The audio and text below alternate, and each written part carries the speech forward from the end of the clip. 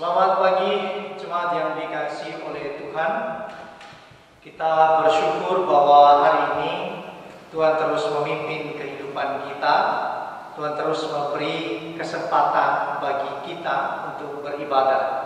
Saudara-saudara, saya mengajak kita untuk mempersiapkan diri dalam ibadah kali ini. Saya mengajak kita untuk bangkit berdiri dan kita bersaat teduh sejenak. Saat teduh dimulai.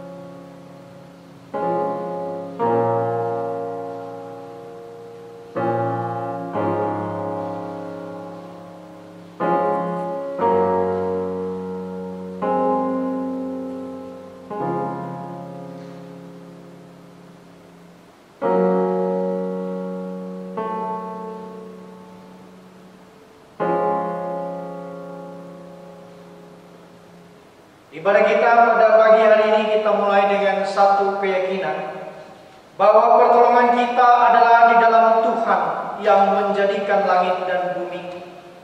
Turunlah kiranya atas kita sekalian anugerah dan damai sejahtera dari Allah Bapa, Allah Putra, dan Allah Roh Kudus. Amin. Saudara, ayat panggilan beribadah terambil dari Yesaya 44 ayat yang ke-6. Demikianlah firman Tuhan. Beginilah firman Tuhan, Raja dan Penebus Israel. Tuhan semesta alam, akulah yang terdahulu dan akulah yang terkemudian.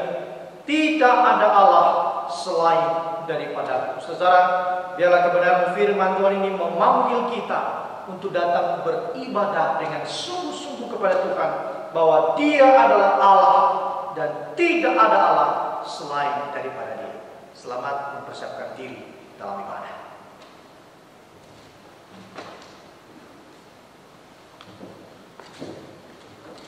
Saat ini kita akan terus memuji Tuhan. Kita akan menaikkan pujian dari KPPK nomor 16. Berilah hormat padanya. Oh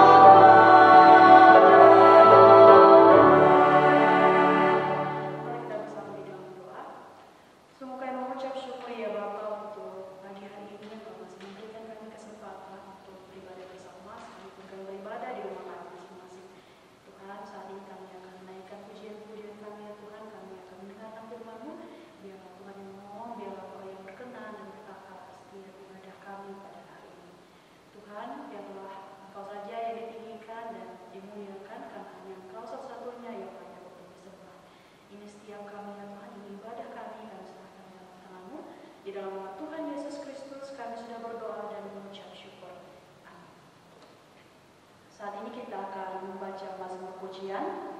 Jemaat saya persilakan untuk duduk kembali. Kita akan membaca Mazmur pujian yang terambil dari Mazmur pasal 119 ayat 73 sampai 80. Dari Mazmur pasal 119 ayat 73 sampai 80. Saya akan membacakannya untuk Bapak Ibu. Bapak Ibu silakan mengikutinya. Saya akan bacakan dari ayat 73. Tanganmu telah menjadikan aku dan membentuk aku. Berilah aku pengertian, supaya aku dapat belajar perintah-perintahmu. Orang-orang yang takut kepadamu melihat aku dan bersuka cita, sebab aku berharap kepada firman-Mu. Aku tahu ya Tuhan, bahwa hukum-hukum-Mu adil, dan bahwa Engkau telah menindas aku dalam kesetiaan. Biarlah kiranya kasih setiamu menjadi penghiburanku, sesuai dengan janji yang Kau ucapkan kepada hamba-Mu. Biarlah rahmat-Mu sampai kepadaku, supaya aku hidup, sebab Taurat-Mu adalah kegemaranku. Biarlah orang-orang yang kurang ajar mendapat malu, karena mereka berlaku bengkok terhadap aku tanpa alasan. Tetapi aku akan merenungkan titah-titah-Mu. Biarlah berbalik kepadaku orang-orang yang takut kepadamu, orang-orang yang tahu peringatan-peringatan-Mu. Biarlah hatiku tulus dalam ketetapan-ketetapan-Mu, supaya jangan aku mendapat malu. Untuk meresponi dari Mazmur pujian ini, kita akan menaikkan pujian Yesus padamu terseru. Kau Tuhan penolong dalam hidupku, ku percaya hanya percaya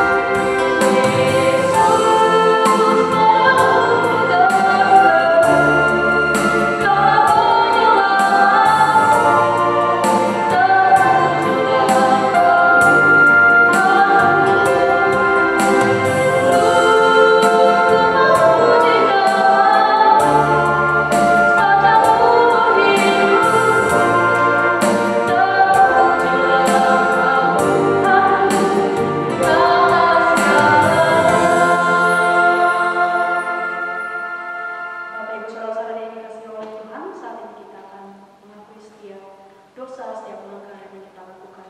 Kita menyadari bahwa kita adalah manusia yang lemah, manusia yang tidak pernah lepas dari yang namanya dosa. Dan kita bersyukur kita punya Kristus dan oleh darahnya kita diselamatkan. Karena itu saat ini kita akan menyanyikan pujian dari KPPK nomor 172, Hanyalah Darahnya Yesus.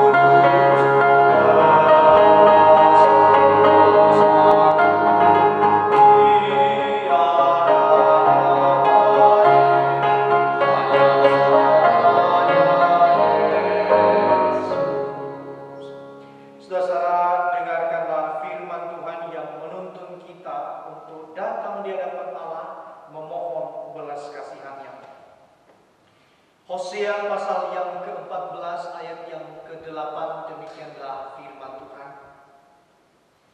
Mereka akan kembali dan diam dalam naunganku dan tumbuh seperti gandum. Mereka akan berkembang seperti pohon anggur yang termasyur seperti anggur Libanon. Saudara-saudara, kebenaran firman Tuhan ini di dalam konteks sebuah pertobatan dan panggilan kepada Israel, bahwa Allah sendirilah yang memanggil mereka, memanggil orang Israel berdiam di dalam naungan Tuhan, dan mereka akan tumbuh. Maka pada saat ini firman ini juga memanggil kita untuk datang di hadapan Allah, mengakui seluruh dosa dan kegagalan kita di dalam mengikuti jalan Kristus Yesus. Mari kita berdoa.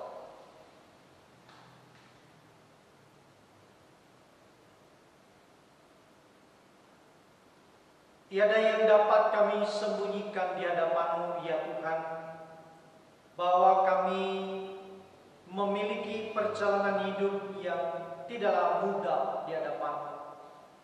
Kami menyadari ada begitu banyak hal yang kami lakukan tidak seturut dengan kehendak-Mu.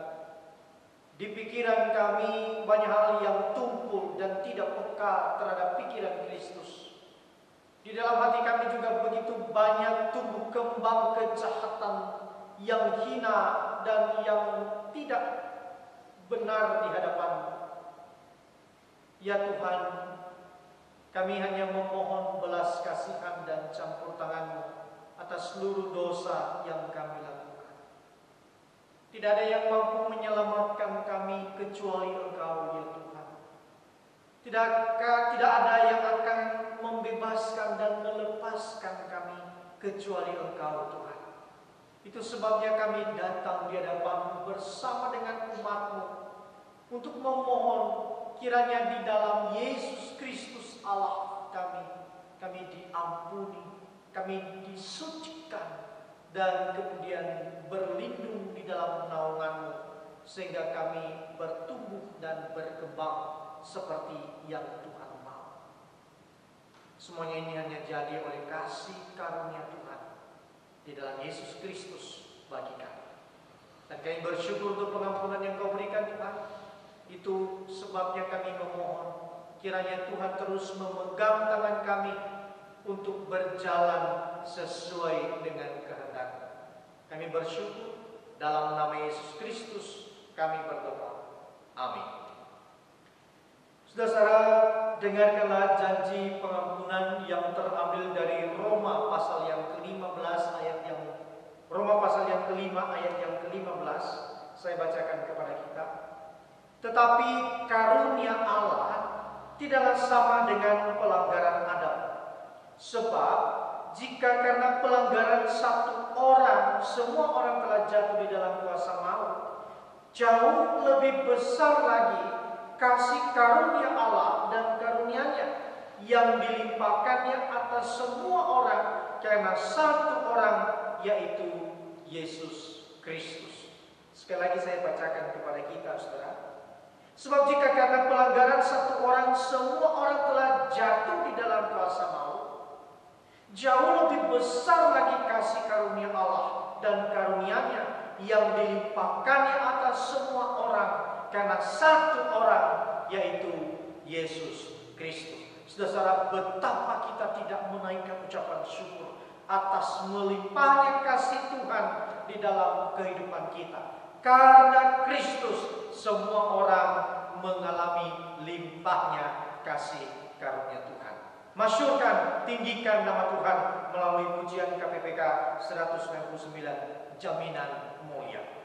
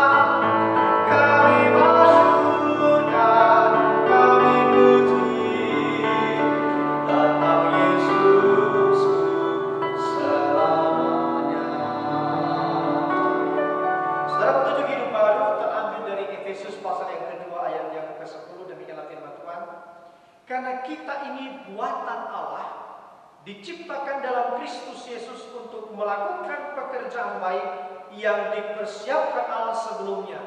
Ia mau supaya kita hidup di dalamnya. Saudara, saya mengajak kita untuk bangkit berdiri bersama dengan seluruh umat percaya untuk mengakui pengakuan iman rasuli yang dibacakan oleh gereja di sepanjang abad dan tempat dengan satu pengakuan iman yang berkata demikian.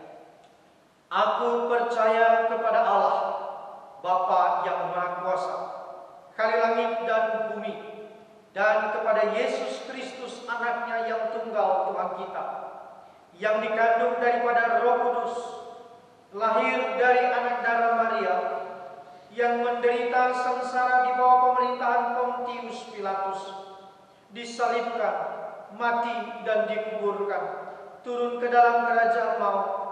Pada hari yang ketiga bangkit pula dari antara orang mati, naik ke surga, duduk di sebelah kanan Allah Bapa yang Maha Kuasa. Dan dari sana ia akan datang untuk menghakimi orang yang hidup dan yang mati. Aku percaya kepada Roh Kudus, gereja yang kudus dan am, persekutuan orang kudus, pengampunan dosa, kebangkitan tubuh, dan hidup yang kekal. Amin. Jemaat duduk kembali.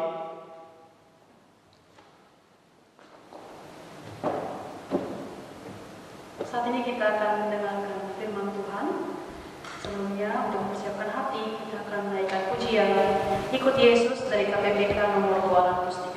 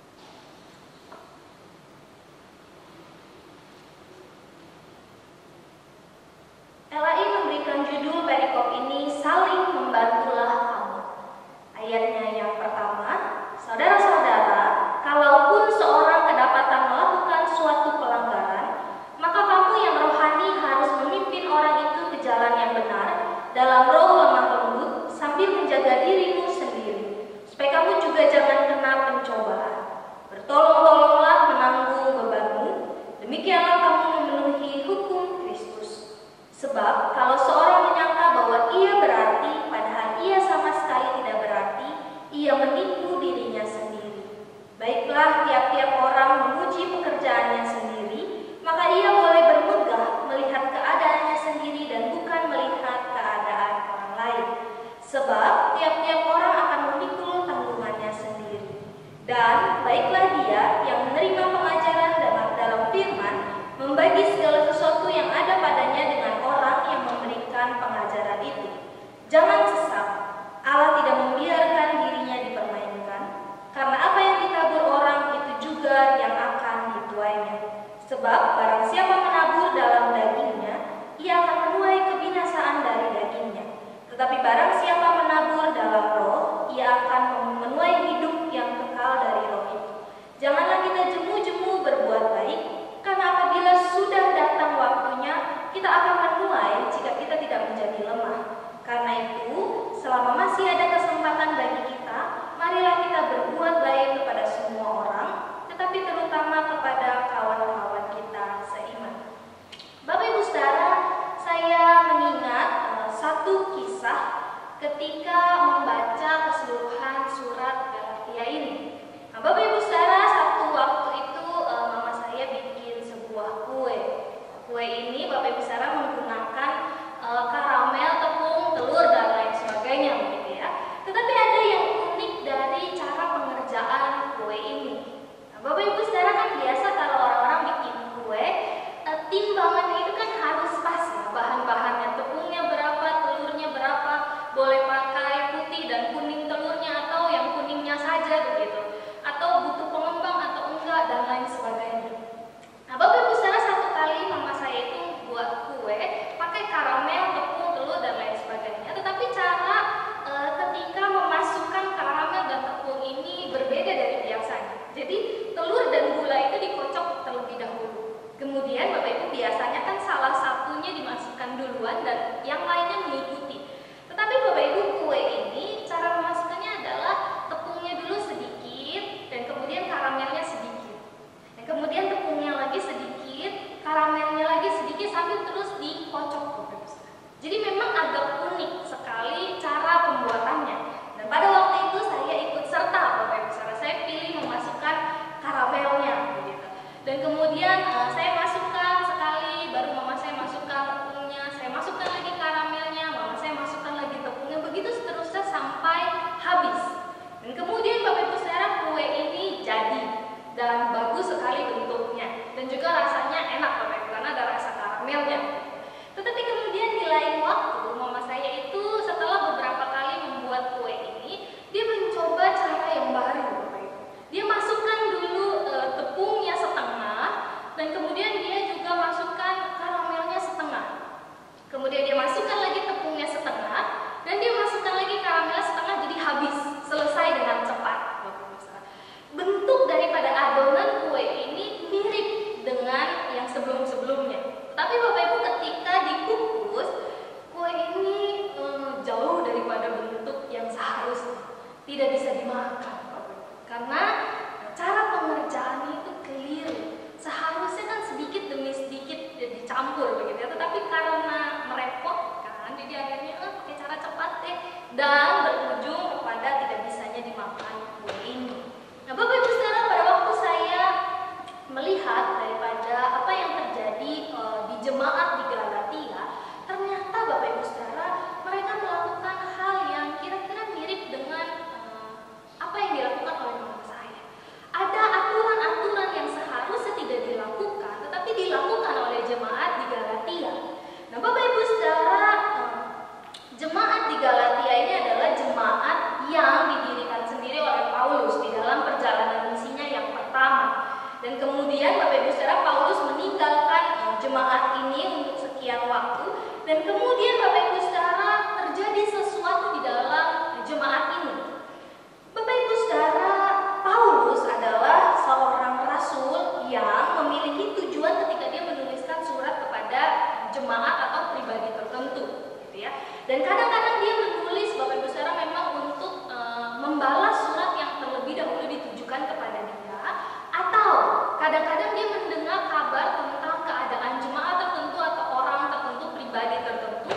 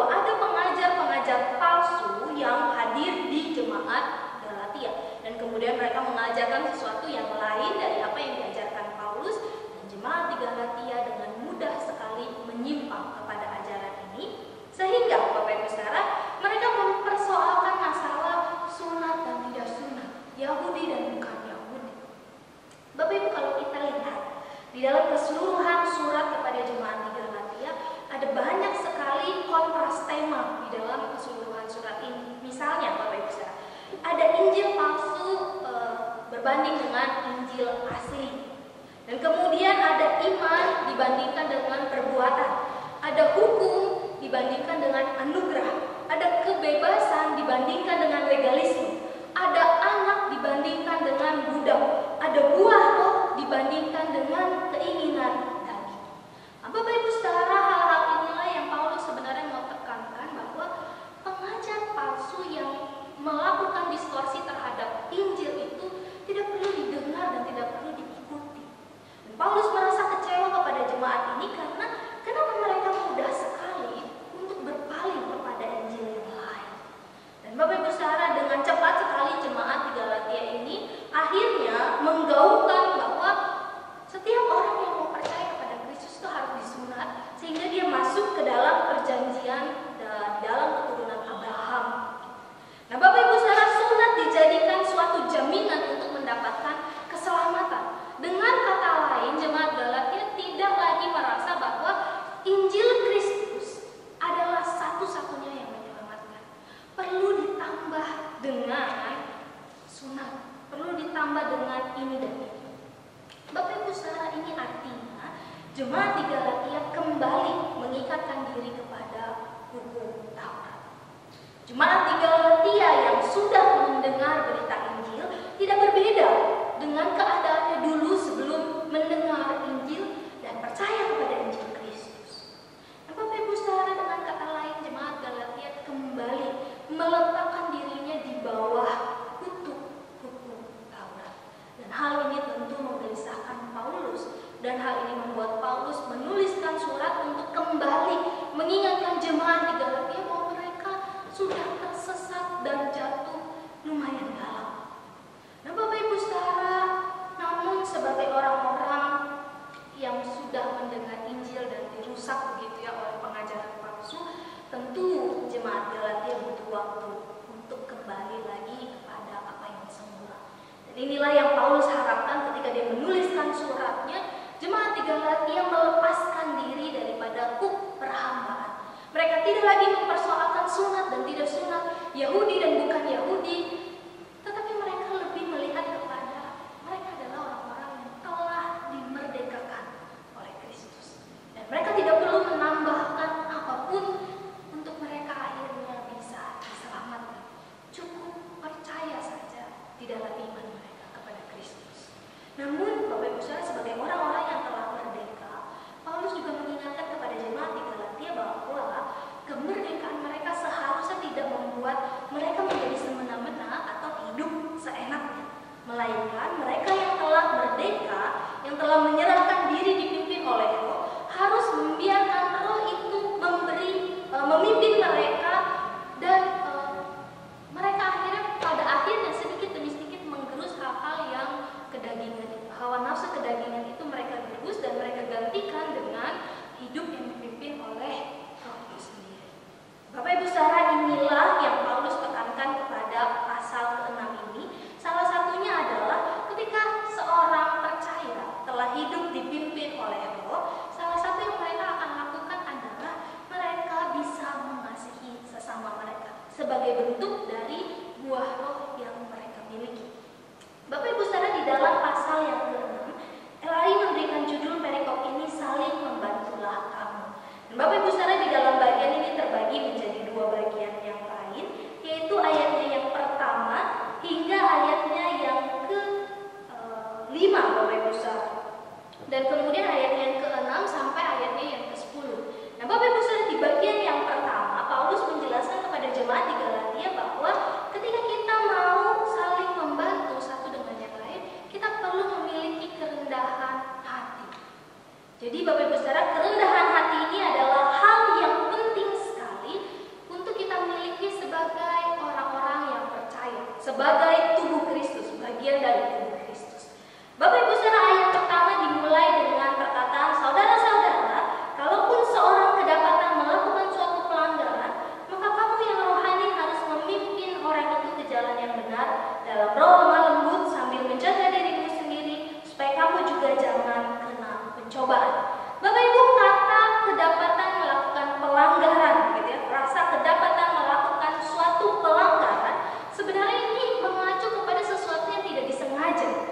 Jadi Bapak Ibu Saudara, bukan dalam konteks dia terus-terusan melakukan ini dengan intensitas tinggi begitu ya, atau dia telah merencanakan ini, bukan.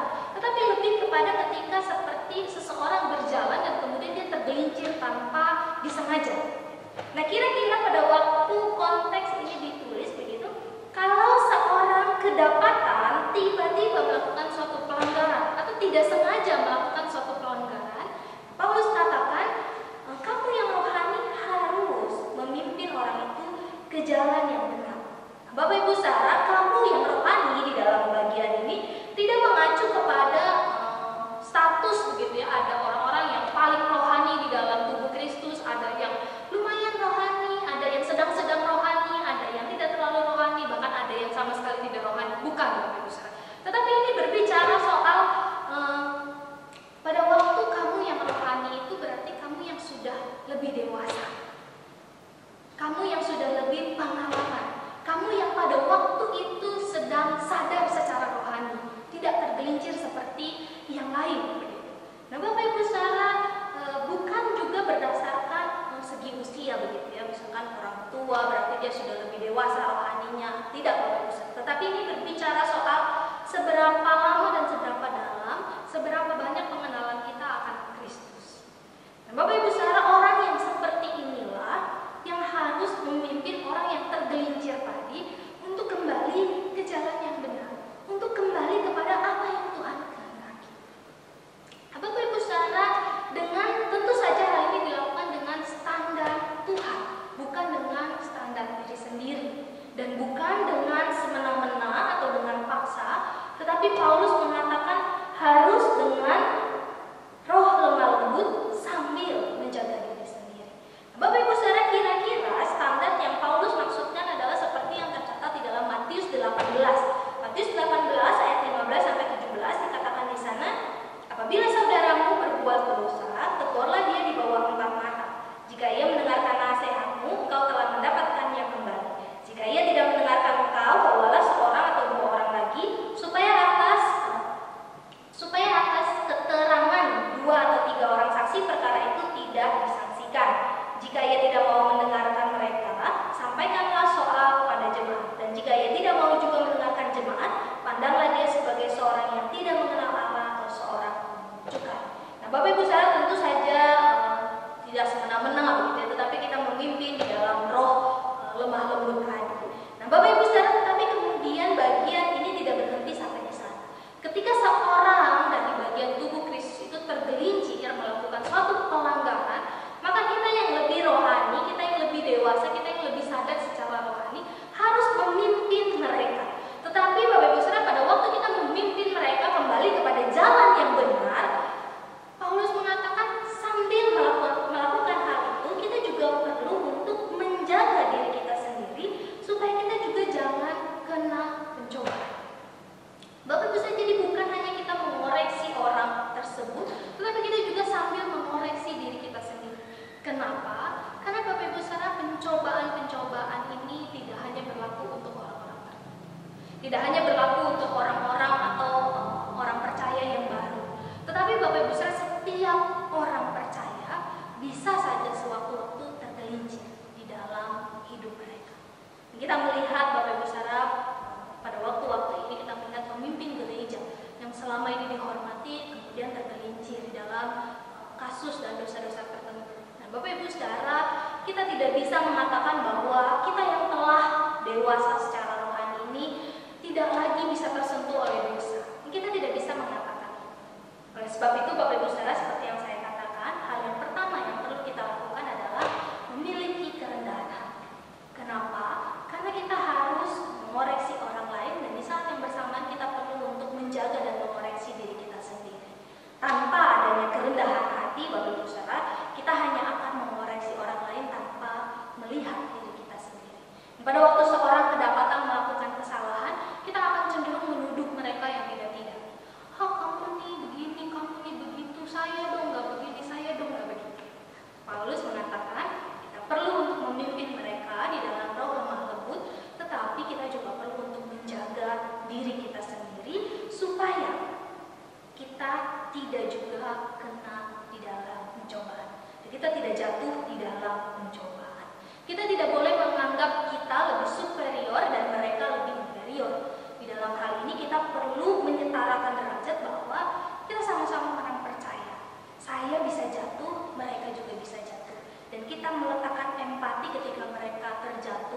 tergelincir melakukan pelanggaran, kita mengerti bahwa hal itu adalah hal yang mungkin sesekali kita alami di dalam kehidupan kita mengikut Kristus. Oleh sebab itu kita tuntun kembali mereka untuk kembali kepada apa yang seharusnya. Bapak Ibu saudara, dikatakan di ayat yang kedua, bertolong-tolonglah menanggung bebanmu, demikian kamu memenuhi hukum Kristus. Bapak Ibu saudara, hukum Kristus. Frasa hukum Kristus ini sebenarnya secara harafiah Bapak Ibu saudara hanya muncul di dalam bagian ini, di dalam keseluruhan perjanjian baru. Tetapi Bapak Ibu saudara, sebenarnya yang dimaksudkan oleh Paulus di dalam hukum Kristus mengacu kepada hukum yang Tuhan berikan untuk kita akhirnya bisa mengasihi sesama manusia. Atau dengan kata lain, Paulus mengatakan bahwa kita harus bertolong-tolongan menanggung beban satu dengan yang lain di dalam tubuh Kristus, supaya kita memenuhi hukum Kristus, supaya kita melakukan apa yang Kristus inginkan untuk kita lakukan, yaitu kita bertolong-tolongan, kita menolong satu dengan yang lain, kita mengasihi sesama, kita mengasihi mereka dengan tidak membuat mereka semakin jatuh, tetapi pada waktu mereka terjatuh, kita membawa mereka kembali. Bukan kita gosipin dan bilang, dia sudah berbuat dosa, dia seharusnya dikucilkan dan lain sebagainya. Tetapi Bapak Ibu saudara, sebagai orang yang lebih dewasa secara rohani, mari kita menolong rekan-rekan kita yang kedapatan melakukan pelanggaran. Mereka yang satu waktu atau dua waktu tergelincir, kita tolong mereka untuk mereka kembali, untuk mereka menjadi bagian dari tubuh Kristus. Bapak Ibu saudara, tentu saja di dalam bagian ini Bapak Ibu saudara, kita tidak melakukannya dengan kekuatan diri kita sendiri. Kita perlu sekali Kristus hadir di dalam diri kita. Kita perlu sekali untuk melihat bahwa saya pun sebenarnya adalah manusia berdosa. Saya pun sebenarnya ditolong oleh Kristus, dan saya pun sebenarnya dimampukan oleh Kristus. Oleh sebab itu, sekarang ketika ada orang lain yang terjatuh, saya pun mau menolong mereka bukan karena saya mampu, bukan karena saya lebih baik, tetapi karena kasih Kristus itu lebih dahulu menghampiri saya. Kasih Kristus itu ada di dalam diri saya. Oleh sebab itu saya mau menolong orang yang lain. Saya mau menunjukkan kepada mereka bahwa ada kasih Kristus yang hadir dan menutupi pelanggaran mereka jika mereka mau bertobat dan kembali kepada jalan Tuhan kehendaknya. Bapak Ibu saudara, dilanjutkan di dalam ayatnya yang keempat, Paulus mengatakan, baiklah tiap-tiap orang menguji pekerjaannya sendiri, maka ia boleh bermegah melihat keadaannya sendiri dan bukan melihat keadaan orang lain. Bapak Ibu saudara, di dalam bagian ini Paulus mengatakan kita perlu untuk menguji diri kita sendiri. Bapak Ibu saudara, pengujian yang dilakukan di dalam kehidupan orang-orang percaya, kita tahu sekali sering digambarkan oleh penulis Alkitab bahwa kita dimurnikan itu seperti emas dimurnikan di dalam api. Dan dengan cara yang sama, orang percaya juga akan dimurnikan. Bisa lewat cobaan, bisa lewat aniaya, bisa lewat hal-hal yang membuat kita bingung begitu ya. Mungkin seperti Ayub begitu, harta, anak, keluarga semuanya diambil, atau bisa jadi seperti Paulus sendiri. Ketika dia memberitakan Injil, kesehatannya diambil oleh Tuhan sehingga dia punya duri di dalam daging itu. Dia minta dan Tuhan tidak kunjung untuk melepaskan itu daripada dia. Dan dari sana Bapak Ibu saudara, kita akan melihat apakah betul orang ini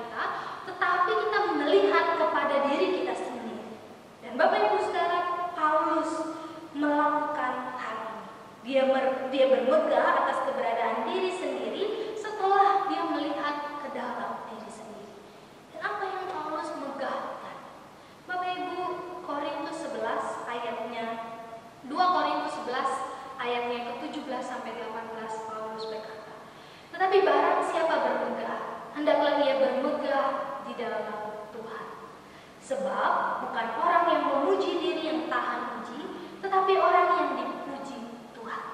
Dan di dalam bagian lain, di dalam Roma, Paulus mengatakan bahwa dia bermegah atas pekerjaan Allah yang memakai Paulus untuk memberitakan Injil. Dan di dalam bagian yang lain, di dalam surat Paulus, dia mengatakan bahwa dia bermegah di dalam kelemahan sebagai seorang manusia. Bapak Ibu Saudara, Paulus pada waktu dia memegahkan diri sendiri, dia bukan menyombongkan dirinya sendiri, tetapi dia melihat bahwa Tuhan bekerja, Tuhan hadir, dan Tuhanlah yang menyokong Paulus sehingga dia bisa mengerjakan ini dan itu. Dan kemegahan yang dia banggakan adalah Kristus yang hadir di dalam dirinya sendiri, bukan dirinya sendiri, tetapi Tuhan yang ada di dalam dirinya.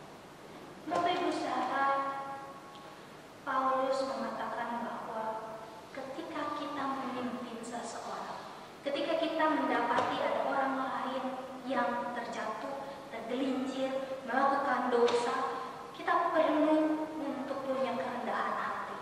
Kerendahan hati untuk mengoreksi mereka, punya empati bahwa mereka bisa saja tergelincir, tetapi di saat yang sama kita mengoreksi diri kita sendiri, menjaga diri kita sendiri supaya kita juga jangan tergelincir dengan pikiran yang ada di dalam diri kita. Dan inilah yang Paulus mengatakan bahwa sebagai orang-orang yang hidupnya dipimpin oleh Roh, kita perlu sekali untuk punya kerendahan hati. Bapak Ibu Saudara, mari lihat ke dalam diri Bapak Ibu Saudara dan saya hari ini. Nah, masing-masing melihat diri kita. Adakah kita punya kerendahan hati? Adakah kita mengoreksi diri kita sendiri? Atau selama ini kita kecenderungan untuk mengoreksi orang lain?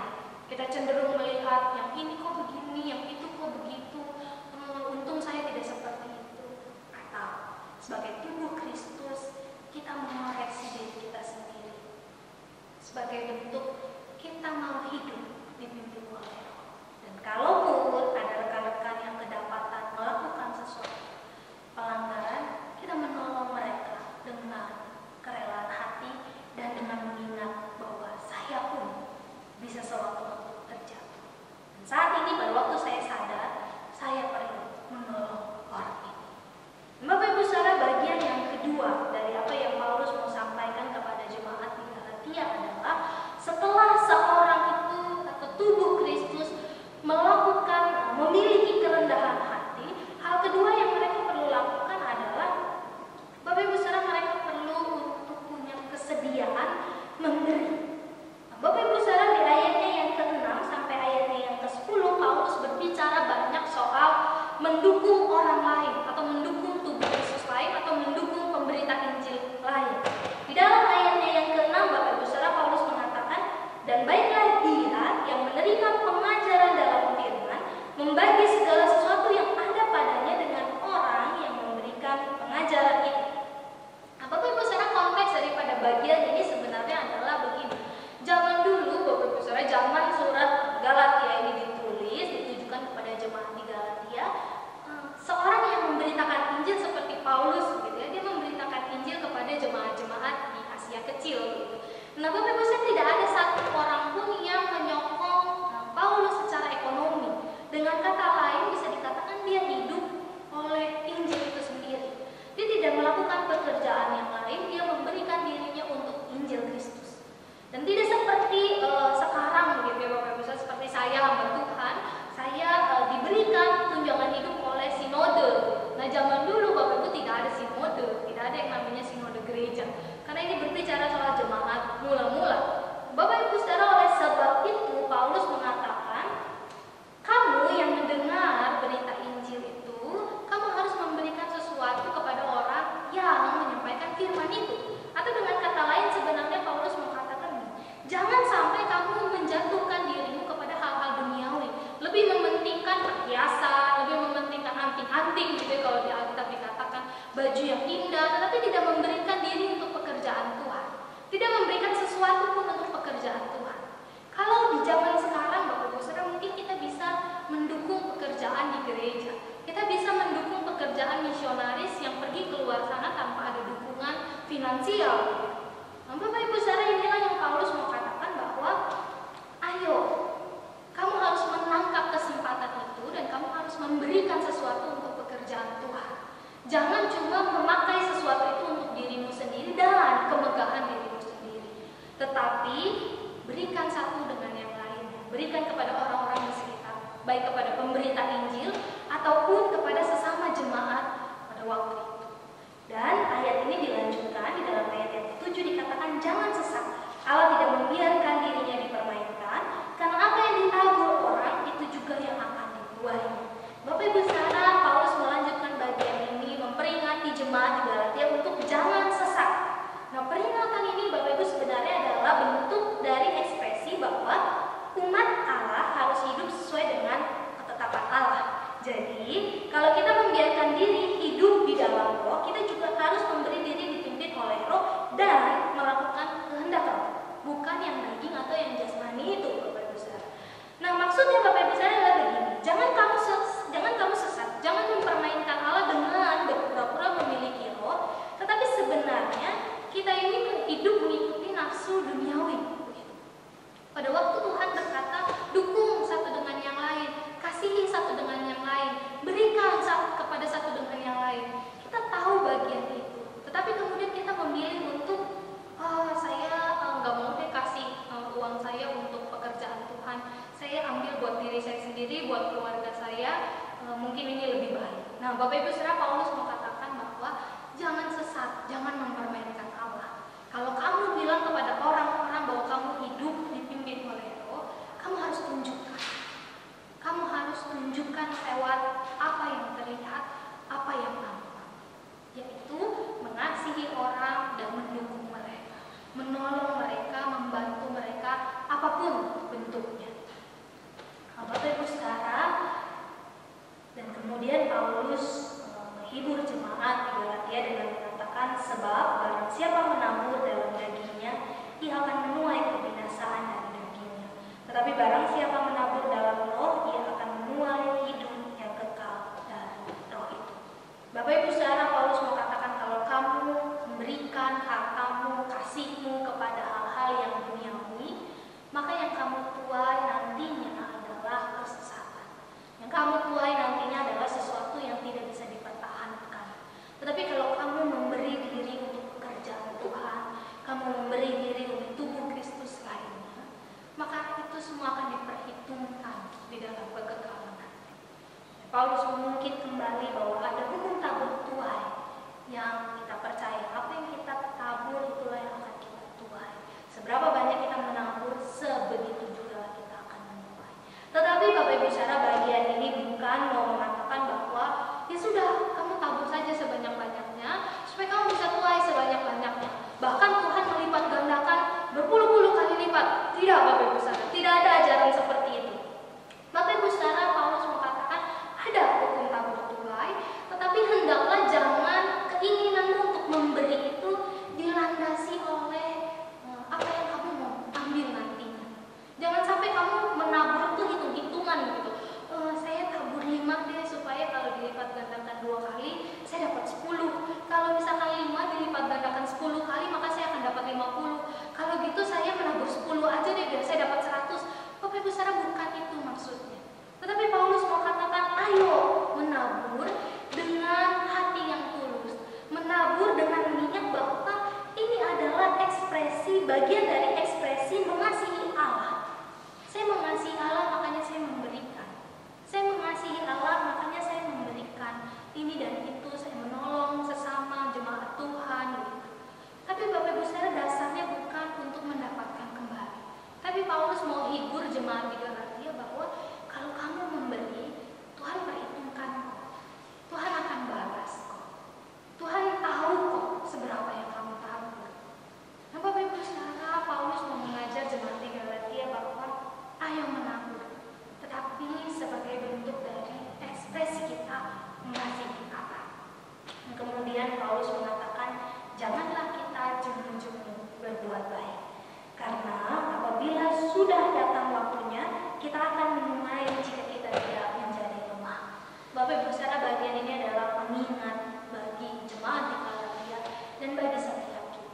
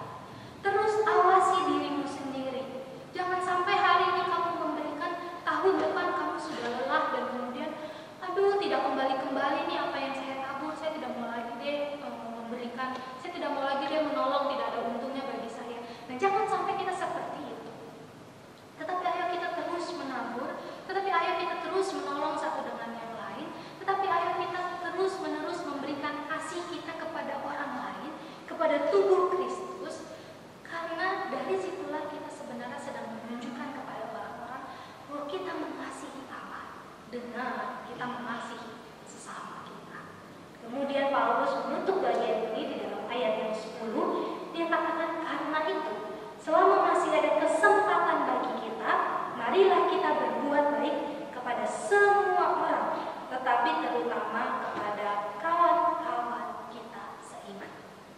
Bapak Ibu Saudara, kata kesempatan di dalam ayat ini Bapak Ibu Saudara dapat diartikan sebenarnya masa hidup orang percaya. Kesempatan ini bukan berarti bahwa hari ini saya punya kesempatan, belum tentu besok saya punya kesempatan. Itu maksudnya adalah kita punya masa hidup di dalam dunia ini. Pada waktu kita percaya Kristus, pada waktu kita tergabung di dalam tubuh Kristus, Bapak Ibu, kita punya komunitas tubuh Kristus. Dan kita tidak tahu sampai kapan Tuhan berikan kita waktu untuk kita bisa hidup, untuk kita tetap ada, untuk kita tetap eksis di dunia ini. Tapi Bapak Ibu sekarang, Paulus mengatakan selama kita masih diberikan kesempatan, sejangka waktu hidup ini yang kita tidak tahu, gunakan itu untuk menolong orang lain, untuk menunjukkan kasih Allah kepada orang lain. Yang utama-utama kepada tubuh Kristus, tetapi juga kepada orang-orang lain yang tidak mengenal Kristus. Bapak Ibu saudara, kalau di dalam Amsal itu dikatakan bahwa sejangka hidup orang percaya itu sekitar 70 sampai 80 tahun. Tapi Bapak Ibu saudara, kita tidak bisa menjadikan ini sebagai patokan bahwa kita punya kesempatan 70 sampai 80 tahun. Bapak Ibu saudara, dari kita baik kita tidak punya kesempatan bukan untuk menolong orang lain, karena kita sendiri pun masih perlu ditolong. Nah Bapak Ibu saudara, mungkin kita baru bisa dewasa secara rohani, kita baru bisa mengerti arti tubuh Kristus sekitar umur 17 tahun, 20 tahun, taruhlah 20 tahun Bapak Ibu saudara, dan kemudian kita meninggal 70 tahun. Kita punya 50 tahun kesempatan untuk kita menolong orang lain. Tapi Bapak Ibu saudara, zaman sekarang tidak semua orang meninggal di usia 70 tahun, bukan? Kita dapati ada orang-orang di usia 20-an juga sudah meninggal, ada orang-orang di usia 50-an juga meninggal. Bapak Ibu saudara, kita tidak tahu, saya pun tidak tahu sampai kapan masa hidup yang Tuhan berikan kepada saya. Oleh sebab itu Paulus katakan, selagi ada kesempatan, pergunakanlah itu untuk menolong sesama, untuk menolong tubuh Kristus, untuk menunjukkan bahwa kita mengasihi Allah dengan mengasihi tubuh Kristus yang lain. Bapak Ibu saudara, Paulus mengatakan bahwa kita ini loh sudah menerima kasih Allah secara cuma-cuma.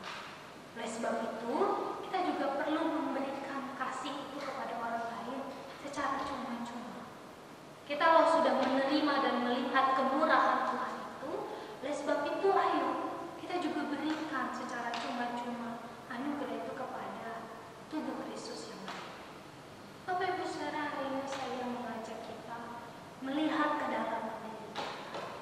Bapak Ibu, sebagai bagian dari tubuh Kristus, sebagai bagian dari tubuh Kristus yang Tuhan tempatkan sekarang di GKI Nias. Bapak Ibu, apakah peran kita? Apakah kita sudah menolong satu dengan yang lain? Apakah kita sudah memberi satu dengan yang lain? Atau selama ini kita hanya menuntut? Sudahkah kita memiliki kerendahan hati untuk mengoreksi diri kita sendiri? Oh, mungkin saya salah di dalam bagian ini. Mungkin saya perlu untuk lebih banyak menolong pekerjaan Tuhan. Atau selama ini saya hitung-hitungan, diminta pelayanan saya bilang, nanti deh saya masih sibuk, nanti deh saya nggak bisa, nanti deh ini dan sebagainya. Bapak Ibu sekarang mari kita mengoreksi diri kita. Kita adalah bagian dari tubuh Kristus. Dan Tuhan memanggil kita untuk punya empati, untuk menjadi bagian dari tubuh Kristus itu sendiri. Apa yang menjadi peran kita hari ini? Apakah kita sudah mengasihi sesama? Apakah kita sudah memberikan diri untuk sesama dan pekerjaan Tuhan? Atau kita cenderung untuk meminta, kita cenderung untuk menuntut, kita cenderung untuk menjatuhkan satu dengan yang lain? Bapak Ibu saudara, mari hari ini kita pakai kesempatan ini untuk kembali melihat ke dalam diri kita. Mari kita miliki kerendahan apa yang menjadi bagian kita di dalam tubuh Kristus, dan bagaimana selama ini kita menempatkan diri menjadi bagian dari tubuh Kristus. Mari kita berdoa secara pribadi di hadapan Tuhan.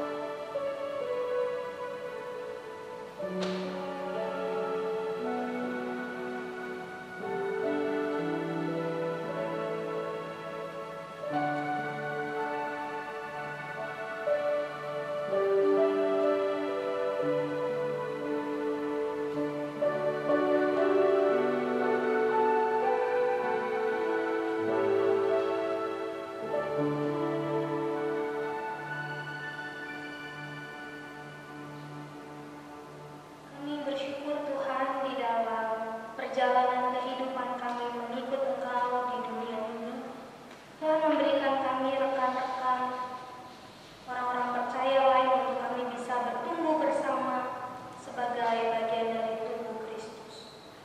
Tuhan, kami bersyukur sekali untuk kehadiran setiap mereka yang menguatkan kami, menghibur dan menopang dan mewarnai perjalanan kehidupan rohani kami. Namun Tuhan, kami hari ini dengan kerendahan hati dan keterbukaan, kami ingin mengoreksi setiap diri kami. Apakah selama ini kami hanya menuntut saja, atau kami sudah menjadi saksi Kristus dengan mengasihi orang-orang lain, tubuh Kristus lainnya? Dan apakah selama ini kami juga betul-betul saling menolong dan saling membantu satu dengan yang lainnya? Tuhan, di dalam kelemahan dan keterbatasan kami memohon sekali lagi Tuhan beranugerah untuk setiap kami, terkhusus untuk setiap tubuh Kristus jemaat Tuhan di GKI Nias ini.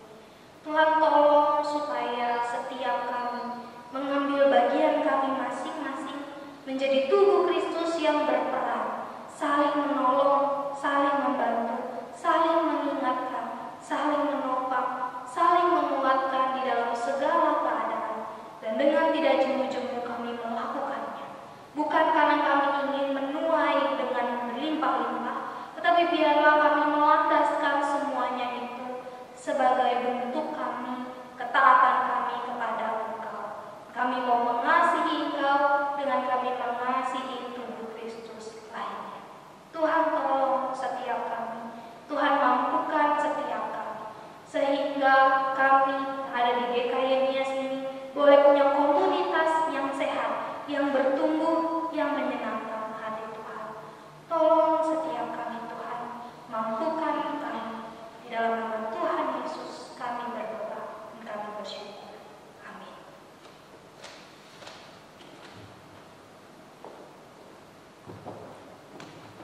Kita bersyukur untuk firman Tuhan yang bisa kita dengarkan pada pagi hari ini, yang mengingatkan kita bagaimana kita berperan sebagai tubuh Kristus. Saat ini kita akan mengumpulkan persembahan kita sebagai ucapan syukur kita sambil kita menaikkan pujian Aku Percaya Padanya dari KPPK nomor 233.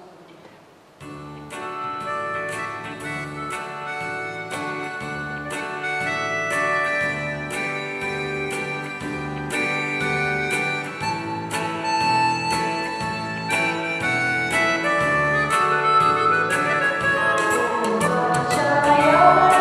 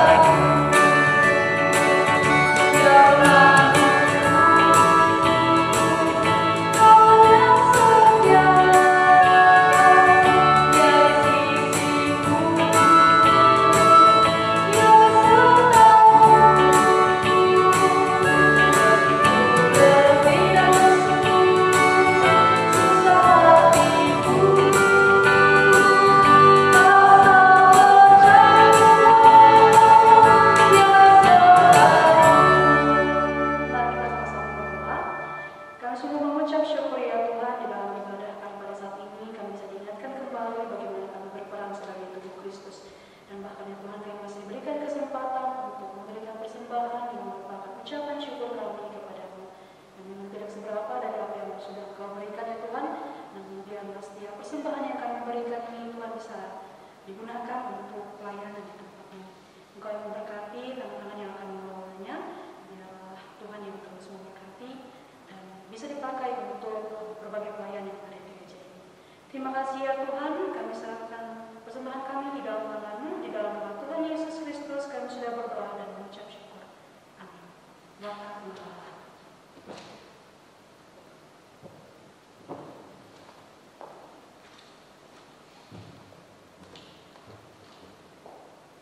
Saudara, ada beberapa hal yang perlu kita perhatikan bersama. Berita penggempalaan yang pertama, saudara, pada hari Rabu yang lalu kita sudah memulai persekutuan doa kita melalui Zoom. Jadi diharapkan kepada seluruh jemaat Tuhan untuk bisa mempersiapkan waktu. Kita akan selalu memulai pada pukul 19, pukul 7 malam, untuk kemudian kita bisa ngobrol bersama dan ibadah. Kemudian kita mulai pada pukul 19.30. Jadi bersyukur untuk yang telah dimulai dan kiranya seluruh jemaat Tuhan bisa terlibat bersama-sama sehingga kita terus saling menguatkan, bisa bertanya kabar satu dengan yang lain. Yang kedua, saudara, kita bersyukur juga bahwa Guru Injil Hamela sudah melayani di GKY Nias dengan hitungan waktu kurang lebih 2 tahun, dan pada akhir September ini Guru Injil Hamela akan kembali ke Jakarta, tepatnya tanggal 2 Oktober, dan itu sebabnya bagi jemaat yang mau berjumpa dengan Guru Injil Hamela dengan protokol kesehatan tentunya, silakan menghubungi Guru Injil Hamela, ucapkan terima kasih dan sebagainya. Dan kita terus berdoa supaya Tuhan memimpin apa yang sedang direncanakan, khususnya persiapan pernikahan tentunya. Tuhan memimpin dan Tuhan yang memberkati Guru Injil Hamela dan calon suami. Dan kita juga bersyukur, saudara, bahwa nanti di bulan Oktober, jika Tuhan izinkan, kita kembali bersama dengan Guru Injil Yunirian Sauyage yang akan bersama-sama dengan kita. Saya percaya bahwa patah tumbuh hilang berganti, begitu ya. Jadi ada yang pergi, pasti ada yang kembali bersama dengan kita, karena ini adalah pekerjaan Tuhan. Nah, saudara, itu patut kita syukuri. Nah, ada beberapa hal yang perlu kita doakan bersama. Itu kita terus berdoa ya, saudara, untuk pilkada, khususnya pilkada serentak yang kita nikmati bersama-sama pada tahun ini. Biarlah semuanya bisa berjalan dengan baik, tim sukses juga bisa memperjuangkan visi dan misi yang dianggap penting untuk diperjuangkan. Tidak perlu saling mencaci, gitu ya, caci maki satu dengan yang lain. Kita berdoa juga untuk tim kesehatan, kiranya Tuhan terus memimpin dan memberkati, memberikan kekuatan. Dan kita juga berdoa untuk keputusan gubernur untuk menunda penerbangan yang ke Nias. Nah, kita tidak tahu apakah ini keputusan yang bijak atau bagaimana. Terus kita berdoa kiranya ada di dalam hikmat daripada Tuhan. Saya mengajak kita untuk berdoa. Tuhan, sebentar kami akan masuk di dalam pemilihan pemimpin daerah kami, khususnya kami berdoa untuk daerah Kepulauan Nias. Tuhan, Engkau yang memberkati para calon yang sudah ada data yang jelas dan tepat. Kiranya betul-betul mempersiapkan diri. Pencalonan biarlah muncul dari spirit untuk membangun Nias. Dan kami berdoa kiranya masyarakat memiliki bijaksana dan cermat di dalam memilih siapa pemimpinnya, sehingga masyarakat tidak sekedar memilih, apalagi suaranya dijual dengan harga yang sangat rendah sekali, tetapi biarlah sungguh-sungguh melalui kecermatan mencari tahu siapa pemimpin yang ada, bagaimana dia memimpin, bagaimana karakter, dan apa visi misinya yang cukup realistis untuk bisa dikerjakan, sehingga masyarakat juga tidak terjebak di dalam janji manis yang terlalu tinggi dan susah sekali untuk dicapai. Dan Tuhan tolong biarlah para tim sukses tidak saling mencaci maki satu dengan yang lain, tetapi betul-betul memperjuangkan apa yang menjadi visi dan misi yang tepat sasaran bagi kepentingan masyarakat di Kepulauan Nias ini. Kami berdoa ya Tuhan juga untuk tim medis dalam penanganan COVID-19. Tuhan, Engkau yang memberkati mereka, yang memimpin dan menolong, menuntun dan menggembalakan mereka ya Tuhan.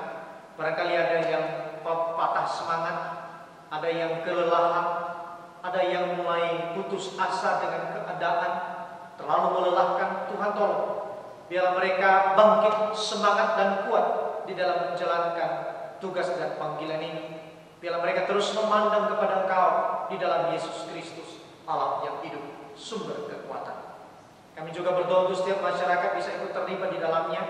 Tuhan memimpin dan Tuhan yang memberkati untuk taat protokol-protokol yang sudah diputuskan dan diberikan, dianjurkan kepada setiap kami, sehingga tidak menjadi beban, tetapi betul-betul menjadi kesukaan bagi kami untuk mengerjakannya, sehingga penyebaran daripada COVID-19 ini bisa dihentikan.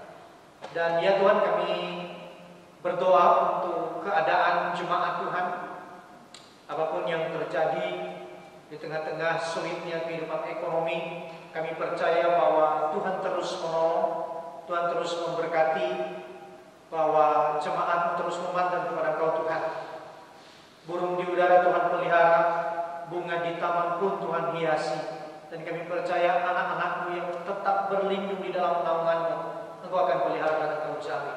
Meskipun kami sadar sekali Tuhan, ini bukan perkara yang mudah untuk kami tanggung, tetapi karena kami di dalam Kristus Yesus, segala perkara kami dapat tanggung, karena Engkau yang memberikan kekuatan kepada setiap kami.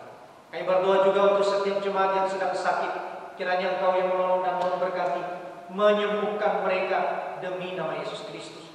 Kalau Tuhan pun izinkan untuk terus mengalami sakit penyakit, biarlah Tuhan memberikan kekuatan kepada mereka, bahwa Tuhan yang punya otoritas di dalam hidup ini. Kami bersyukur kepada Tuhan, Engkau memberkati keluarga Ibu Inanuel yang Tuhan memberkati dengan kehadiran seorang anak.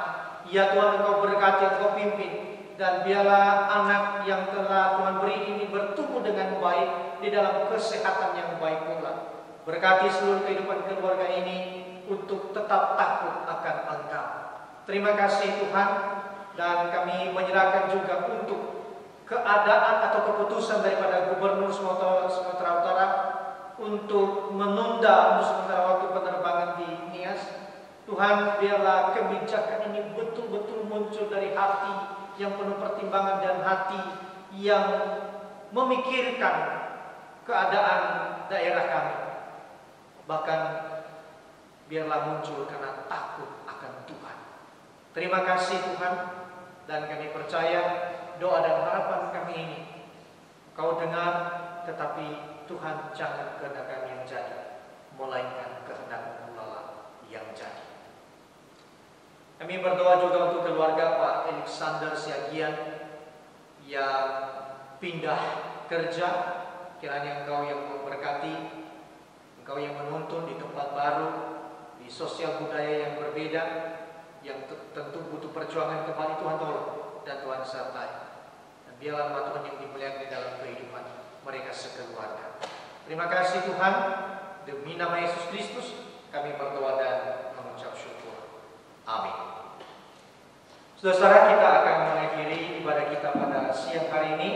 Saya mengajak kita untuk bangkit berdiri bersama-sama, dan biarlah segala pujian, hormat, kemuliaan hanyalah kepada Tuhan. Kita nyanyikan doksologi. Pujian Bapa Putra